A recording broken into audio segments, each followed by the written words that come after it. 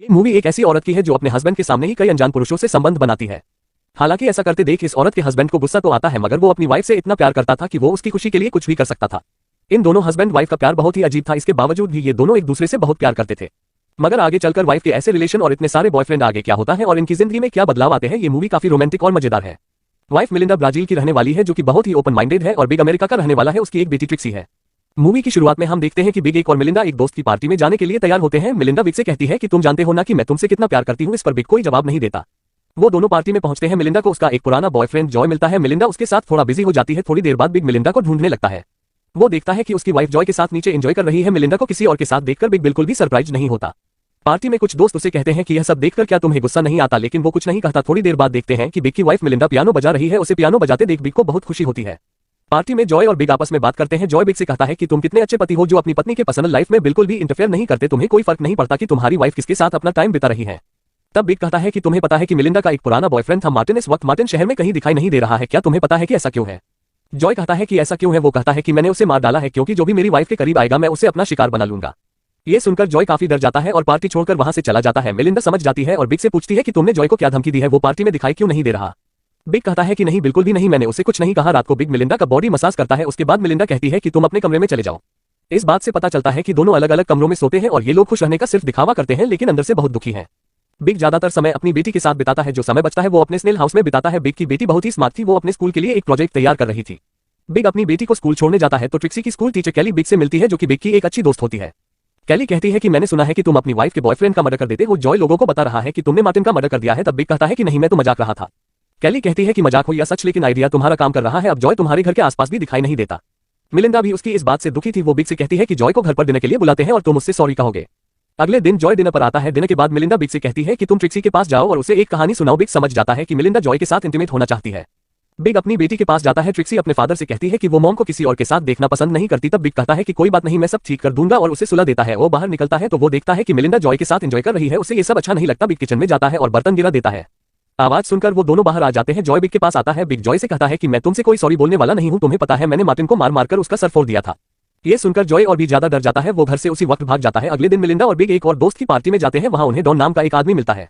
वो बताता है कि मैं शॉर्ट स्टोरीज लिखता हूं, तुम क्या करते हो? बिग कहता है कि मैं ड्रोन के चिप्स बनाता हूं। थोड़ी देर बाद इन दोनों में बहस होने लगती है। इसी दौरान डॉन कहता है कि तुमने मार्टिन को भी मारा था। तब बिग कहता है कि ये सब मजाक है, तुम इतने सीरियस क्यों हो रहे हो? पार्टी में बिग अपनी दोस्त कैली के साथ डांस करता है, जिसे देखकर मिलिंडा काफी जेलस फील करती है और वापस जाते वक्त दोनों कार में काफी करीब आ जाते हैं। रात को वो दोनों इंटीमेट भी होते हैं। कुछ दिनों बाद बिग को पता चलता है कि मिलिंडा पियानो क्लासेस के लिए जा रही है, जहां पियानो टीचर चार्ली मिलिंडा का नया बॉयफ्रेंड बन चुका है। बिग स्नेल कल्चर में होते हुए भी उन दोनों के बारे में सोचता रहता है। जब बिग मिलिंडा से पूछता है कि वो रात कहां थी, तो वो खुलकर बताती है कि वो चार्ली के साथ एंजॉय कर रही थी। साथ ही ये भी बताती है कि चार्ली उसे कैसे कैसे खुश करता है। ये सुनकर वो दुखी हो जाता है। अगले दिन एक पार्टी के दौरान चार्ली पियानो बजाता है और मिलिंडा उसकी धुन पर डांस करती है। थोड़ी देर बाद बिग देखता है कि मिलिंडा और चार्ली कहीं दिखाई नहीं दे रहे हैं। जब वो उन्हें ढूंढने ऊपर की तरफ जाता है तो देखता है कि वो दोनों एक रूम में इंटीमेट हो रहे थे। इसके बाद में दोनों स्विमिंग पूल में जाते हैं और वहां भी एंजॉय करते हैं। ये देखकर बिग को काफी गुस्सा जाता है और वो गुस्से से पागल हो जाता है। तभी अचानक से बारिश होने लगती है और सभी लोग घर के अंदर चले आते हैं। सब लोग घर के अंदर कुकीज खाकर पार्टी कर रहे होते हैं। उसी दौरान बिग चार्ली को स्विमिंग पूल में डुबोकर मार देता है। इसके बाद वो अंदर आकर कुकीज एंजॉय करता है। थोड़ी देर बाद मिलिंडा चार्ली को ढूंढती हुई बाहर जाती है तो स्विमिंग पूल में चार्ली की लाश देखती है। शोर मचाने पर सभी लोग आकर उसे बाहर निकालते हैं, लेकिन वो मर चुका था। पुलिस भी आती है और सबसे पूछताछ करती है, लेकिन उन्हें कुछ भी पता नहीं चलता। कोई सबूत न मिलने पर इसे एक एक्सीडेंट मान लिया जाता है। डॉन को बिग पर शक हो जाता है क्योंकि उसने उन दोनों को नीचे देखा था। डॉन एक प्राइवेट डिटेक्टिव हायर करता है जो कि बिग का पीछा करके उसके बारे में पता कर सके। बिग को उस डिटेक्टिव के बारे में पता चल जाता है। वो मिलिंडा की बैंक स्टेटमेंट से जान लेता है कि मिलिंडा ने डॉन को डिटेक्टिव हायर करने के लिए पैसे दिए हैं। बिग डॉन के घर जाता है और उन दोनों में काफी बहस होती है। अभी भी बिग की प्रॉब्लम डॉन नहीं था बल्कि मिलिंडा ही थी। वो अपने नए बॉयफ्रेंड के साथ बिजी थी जो कि उसके कॉलेज के समय का ही था और ब्राजील का रहने वाला था। रात को उसकी बेटी कहती है कि डैड मुझे पता है कि आपने चार्ली को मार दिया है। बिग कहता है कि ये बात अपने तक ही रखना। ट्रिक्सी को सुलाने के बाद बिग मिलिंडा को किसी से फोन पर बात करते हुए सुन लेता है। उसकी बातों से पता चलता है कि वो ट्रिक्सी को लेकर ब्राजील शिफ्ट होने जा रही है। बिग को बहुत दुख होता है। ये और कोई नहीं मिलिंडा का नया बॉयफ्रेंड टोनी ही था। अगले दिन बिग देखता है कि मिलिंडा टोनी को अपने घर बुलाती है। वो दोनों लंच करके काफी एंजॉय करते हैं। बिग को ये सब अच्छा नहीं लगता। अगले दिन वो टोनी को एक रेस्टोरेंट में पिक करता है। वो किसी तरह टोनी को अपने साथ चलने के लिए कन्विंस कर लेता है। बिग उसे लेकर एक हाइकिंग साइट पर जाता है। वहां पहुंचकर दोनों कार से उतर जाते हैं। टोनी थोड़ा आगे बढ़ता है तो बिग एक पत्थर से उस पर अटैक कर देता है, जिसके बाद टोनी पहाड़ी से नीचे गिरकर मर जाता है। नीचे जाकर बिग टोनी की लाश को एक पत्थर के साथ एक बेल्ट में बांधकर नदी में फेंक देता है। साथ ही उसका पस निकाल कर रख लेता है। बिग अपने डॉगी के साथ वापस घर आ जाता है। घर आकर मिलिंडा से पूछता है कि क्या बात है, टोनी आजकल दिखाई नहीं दे रहा। बिग अपनी बेटी के साथ एंजॉय करता है। मिलिंडा कहती है कि काफी समय हो गया है, हम हाइकिंग साइट पर नहीं गए हैं। वो तीनों अगले दिन पिकनिक के लिए हाइकिंग साइट पर जाते हैं। वहां बिग मिलिंडा को उसकी तस्वीरें दिखाता है जो उसने खुद खींची थी। मिलिंडा अपनी तस्वीरें देखकर बहुत खुश होती है। वो कहती है कि तुम वाकई एक अच्छे हस्बैंड हो। मेरी इन हरकतों के बावजूद भी तुम मुझसे कितना प्यार करते हो। मुझे तुमसे ज्यादा प्यार करने वाला कोई और नहीं मिल सकता। तभी बिग देखता है कि उसकी बेटी नदी के पास चली गई है। बिग उसे वहां लाने के लिए जाता है। वो देखता है कि टोनी की डेड बॉडी फूलने की वजह से पानी से बाहर आ गई है। बिग तुरंत ही मेलिंडा और ट्रिक्सी को लेकर घर की तरफ निकल पड़ता है। बिग जानबूझकर मेलिंडा का स्कार्फ वहां छोड़ देता है। लौटते वक्त कार में मेलिंडा कहती है कि उसका स्कार्फ वहां पर छूट गया है। बिग कहता है कि कोई बात नहीं, मैं कल जाकर इसे ले आऊंगा। रात को बिग और मेलिंडा इंटीमेट होते हैं, जहां बहुत दिनों बाद बिग को एहसास होता है कि शायद मेलिंडा अब बदल चुकी है।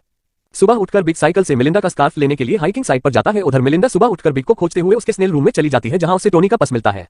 मेलिंडा समझ जाती है कि उसके हस्बैंड ने ही टोनी को मार दिया होगा, इसलिए वो डॉन को कॉल करती है। इधर हाइकिंग साइट पर बिग टोनी की बॉडी को नदी में डुबोने की कोशिश कर रहा होता है। उसी वक्त डॉन वहां पर आ जाता है। डॉन बिग से पूछता है कि तुम वहां क्या कर रहे हो। वो कहता है कि मैं मेलिंडा का स्कार्फ लेने आया हूं। तब डॉन स्कार्फ दिखाता है और कहता है स्कार्फ तो यहाँ पर है। उसी वक्त डॉन टोनी की लाश को देख लेता है और वहां से डरकर भागने लगता है। बिग साइकिल से उसका पीछा करता है। बिग को उस पहाड़ी के रास्ते के बारे में अच्छी जानकारी होती है और वो शॉर्टकट से जाते हुए अचानक से डॉन की कार सामने आ जाता है। बिग को बचाने के चक्कर में डॉन की कार पहाड़ी की तरफ मुड़ जाती है। डॉन पहाड़ी से नीचे नदी में गिरकर मर जाता है। इधर मेलिंडा रोते हुए अपना बैग पैक कर रही होती है। वो वहां से जाना चाहती है। तभी बिग की बेटी ट्रिक्सी उसका बैग स्विमिंग पूल में फेंक देती है। वो कहती है कि मैं आप दोनों के साथ रहना चाहती हूँ। मेलिंडा कुछ सोचकर रुक जाती है। बिग जब घर आता है तो देखता है कि मेलिंडा सामने बैठी हुई थी। बिग पूछता है कि क्या हुआ। मेलिंडा कहती है कि कुछ नहीं। मेलिंडा ने टोनी का पर्स भी जला दिया था। उसे एहसास हो गया था कि उसके हस्बैंड से ज्यादा कोई दूसरा उसे प्यार नहीं कर सकता। देरी से ही सही दोनों एक दूसरे के हो जाते हैं। इसी के साथ ये मूवी यहीं पर खत्म हो जाती है। दोस्तों, क्या बिग ने सही किया या फिर गलत? बिग का कैरेक्टर आपको कैसा लगा, अच्छा या बुरा, हमें कमेंट में जरूर बताएं। इस मूवी के लिए एक लाइक जरूर करें और आगे भी ऐसी मस्त मूवी एक्सप्लेनेशन के लिए चैनल को जरूर सब्सक्राइब करें। धन्यवाद।